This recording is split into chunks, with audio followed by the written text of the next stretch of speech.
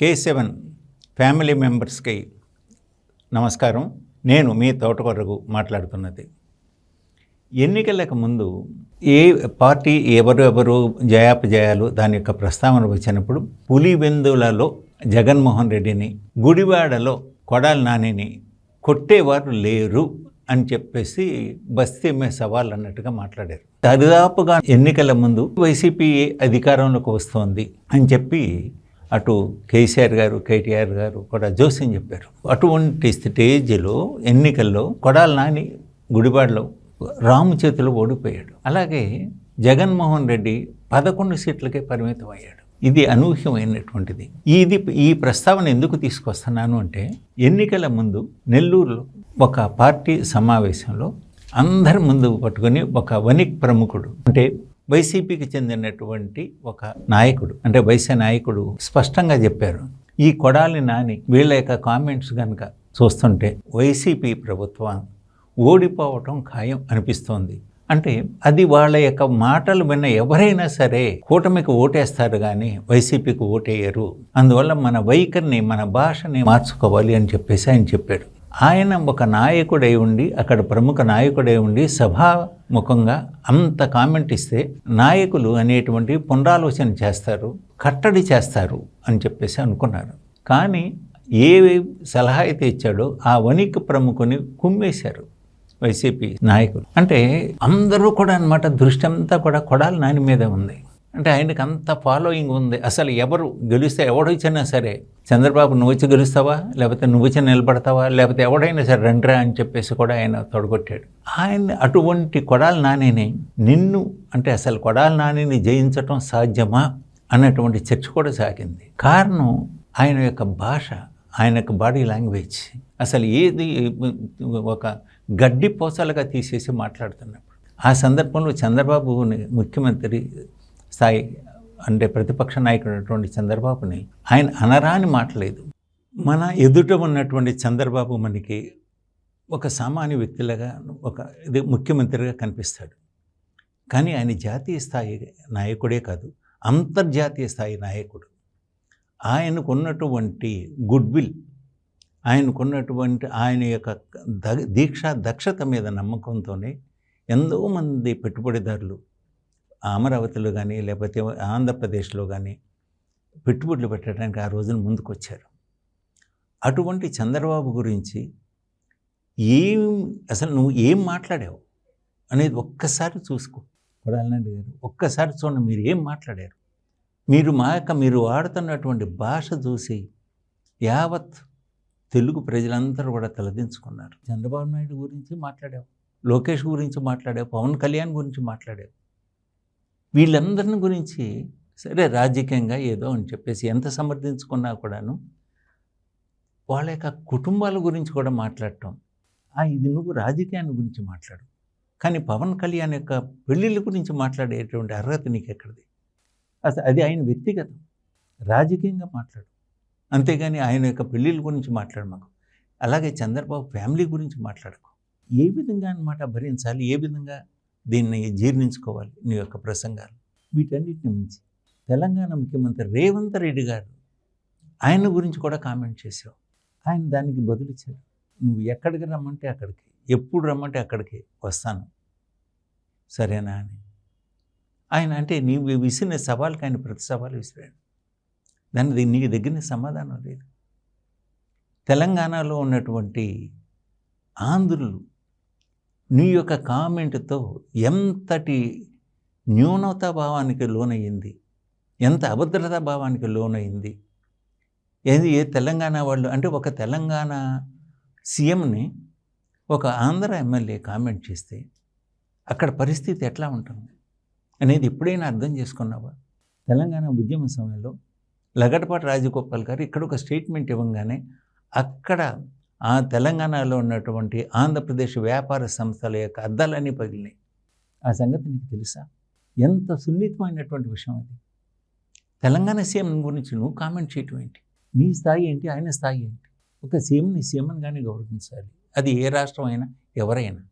నువ్వు ఎమ్మెల్యే కాబట్టి నువ్వు యొక్క ఏం మాట్లాడినా కూడాను కొంతవరకు అన్నమాట జీర్ణించుకొని టిమ్మనకుండా కూర్చున్నారు. ఒకానొక దశలో ఒక కథ ప్రచారంలోకి వచ్చింది. ఒక విషయం అదేమిటంటే, దేవినేని నెహ్రూ గారు అప్పుడు బతికున్నారు. అది చంద్రబాబు నాయుడు గారి గురించి ఆయన, అప్పుడు చంద్రబాబు నాయుడు గారు ముఖ్యమంత్రిగా ఉన్నారు, కొడాలి నాని ఎమ్మెల్యే. చంద్రబాబు నాయుడు గారి గురించి అనమాట ఆయన ఇష్టం వచ్చినట్టు మాట్లాడుతున్నప్పుడు దేవినేని నెహ్రూ గారు తనకు బాగా పరిస్థితులు అయినటువంటి తెలుగుదేశం నాయకులకు ఫోన్ చేసి, ఏమని కొడాలి నాని ఏమిటి, చంద్రబాబు నాయుడు గురించి అనమాట ఆయన గురించి మాట్లాడటం ఏమిటి, ఆయన ముఖ్యమంత్రి సీట్లో ఉన్నాడు, అలాంటి వ్యక్తి గురించి అనమాట ఆ మాట్లాడటం ఏంటి, దాన్ని మీరు ఎలా భరించగలుగుతున్నారని చెప్పి ప్రశ్నించాడు ఈయన. మీరు కొడాలి నానిని కంట్రోల్ చేస్తారా, మీ వల్ల కాకపోతే చెప్పండి నేను మాట్లాడతాను అన్నాడు. దేవినేని నెహ్రూ గారు ఈ వార్నింగ్ ఎప్పుడైతే ఇచ్చారో అప్పుడు ఇమ్మీడియట్గా అనమాట బుద్ధా వెంకన్న, ఈ బోండమ్మ, ఈ తదితర నాయకులందరూ కూడా అనమాట వెళ్ళేసి ఆ కొడాలి నాని మీదకి దాడి చేయడానికి వెళ్ళినట్టుగా అనమాట విజయవాడ నుంచి బయలుదేరారట.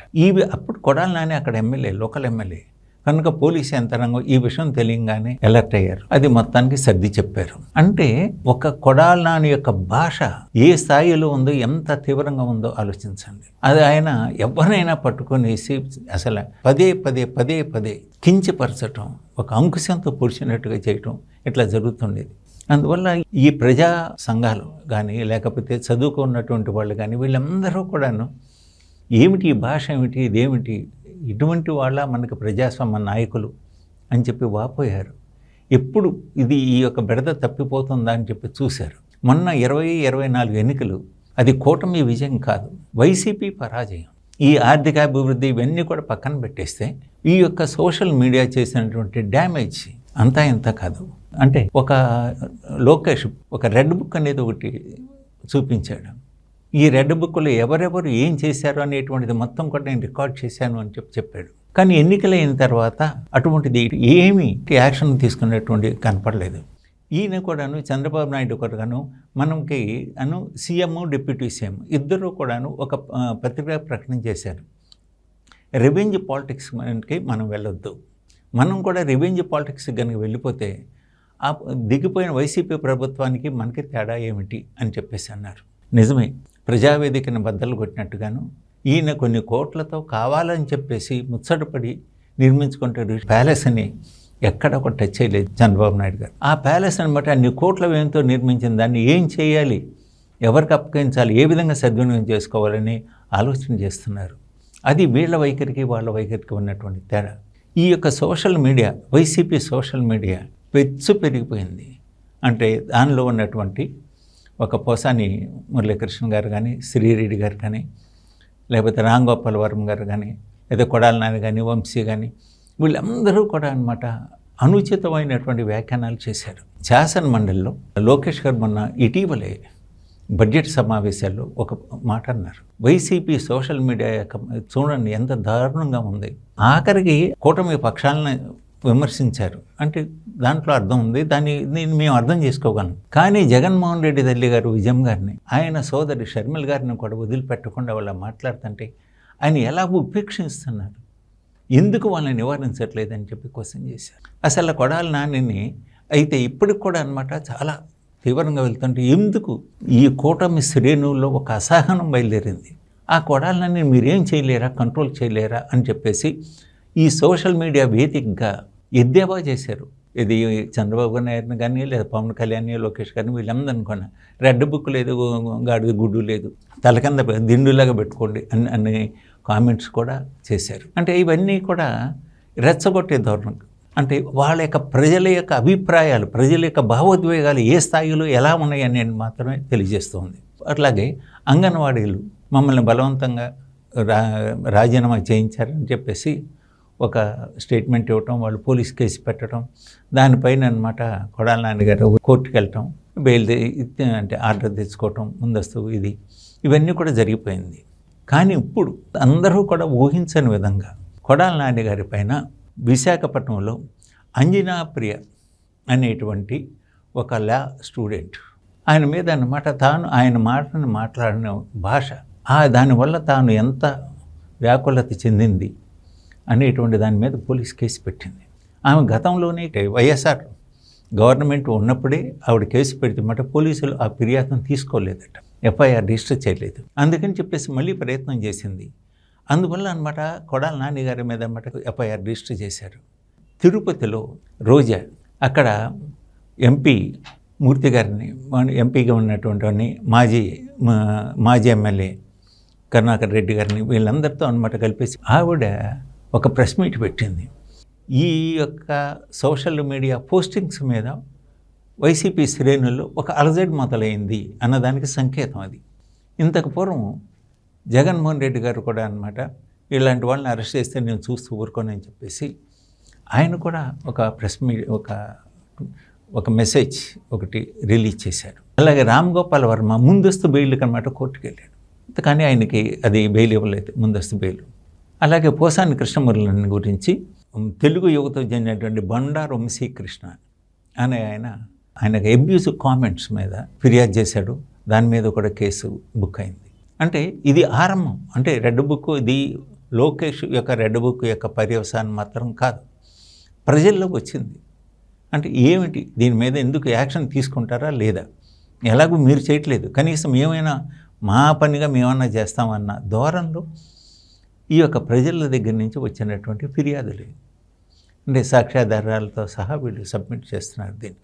ఇదే కార్యకర్తలు మిగతా స్టేషన్స్ అన్నింటిలో కూడా అన్ని చోట్ల కనుక ఆంధ్రప్రదేశ్లో పలు ప్రాంతాల్లో కేసులు కనుక పెట్టడం అంటూ జరిగితే పరిస్థితి ఏమిటి అనేటువంటిది ఊహించడానికే ఇబ్బందిగా ఉంది. అది తట్టుకోవడం చాలా కష్టం. ప్రజాస్పందన స్టార్ట్ అయింది, ఇక్కడ ప్రజల్లో వచ్చింది ఈ తిరుగుబాటు. ఇదంతా కూడా ఇది ఒక అలార్మింగ్ బిల్. ఇప్పుడైనా సరే జాగ్రత్త పడి ఈ సోషల్ మీడియా వర్కర్స్ని, మొన్న అంబటి రాంబాబు గారు ఉన్నాడు, ఇదిగో సోషల్ మీడియా, ఇదిగో అతన్ని అనమాట మీరు అరెస్ట్ చేస్తా అన్నారు కదా, నా ఇంట్లో ఉన్నాడు, దమ్ముంటూ వచ్చి అరెస్ట్ చేసుకోండి అన్నాడు. పోలీసులు వచ్చారు, అరెస్ట్ చేశారు, తీసుకెళ్ళిపోయారు. మరి ఆయన అలా సవాల్ ఎందుకు విసిరాడో తెలియదు. అదేమంటే బెయిల్ మీద బయటికి తీసుకొస్తాను లేవయ్యా అన్నాడు. అంటే పరిస్థితి ఎట్లా ఉంది, ఈ సోషల్ మీడియా యొక్క పర్యవసానం ఎట్లా ఉంది. కొడాల నానితో అన్నమాట దీంతో సడన్గా అన్నమాట ఒక జర్క్ వచ్చింది. అంటే ఇప్పటివరకు కొడాల నానిని ఎవరు ఏమీ చేయలేరు అన్నారు. ఎన్నికల్లోన ఓడిపోయాడు. ఇప్పుడు ఆయన చెప్పినటువంటి ప్రతి మాట్లాడిన మాటల కేసు, ఆయన ఇచ్చినటువంటి ప్రసంగాలు అన్నిటికీ కూడా అనమాట ఇప్పుడు జవాబుదారీ అయ్యాడు. ఇది ప్రజాకోర్టు. ఇప్పుడు ప్రజాకోర్టులో అనమాట ప్రజలు అనమాట ఒక తీర్పు ఇస్తున్నారు, అంటే ఫిర్యాదుల రూపంలో. రేపు అసలైన న్యాయస్థానంలో ఆయన సంజాషి చెప్పుకోవాలి, సమాధానం చెప్పుకోవాలి, తను మాట్లాడిన భాషని సమర్థించుకోవాలి. ఇది మిగతా వారందరికీ, అంటే రామ్ గోపాల్ వర్మ అంతటి వాడు కూడా అనమాట ముందస్తు బెయిల్కి వెళ్ళాడు అంటే భయం ఎంతగా ఆవహించింది అనేటువంటిది మనం అర్థం చేసుకోవాలి. అలాగే పోసాని కృష్ణమురళి మంచి రచయిత, నటుడు, ఆయన కూడా అలాగే మాట్లాడాడు. ఆయన అయితే పవన్ కళ్యాణ్ని, అలాగే శ్రీరెడ్డి ఆవిడ కూడా అట్లాగే మాట్లాడింది. మరి వీళ్ళందరికీ రేపు ఏం జరగబోతుంది అనేటువంటిది వెయిట్ చేయాలి. బహుశా సెక్షన్ 311 కింద కూడా నానికి పైన కేసు పెట్టుంటారు. అది ఏమిటి అనేటువంటిది ఇంకా కొద్ది కాలంలో ఇంకా మరిన్ని విషయాలు మనకి అప్డేట్స్ వస్తాయి. అప్పుడు మరి ఒక్కసారి కలుసుకుందాం. సెలవు.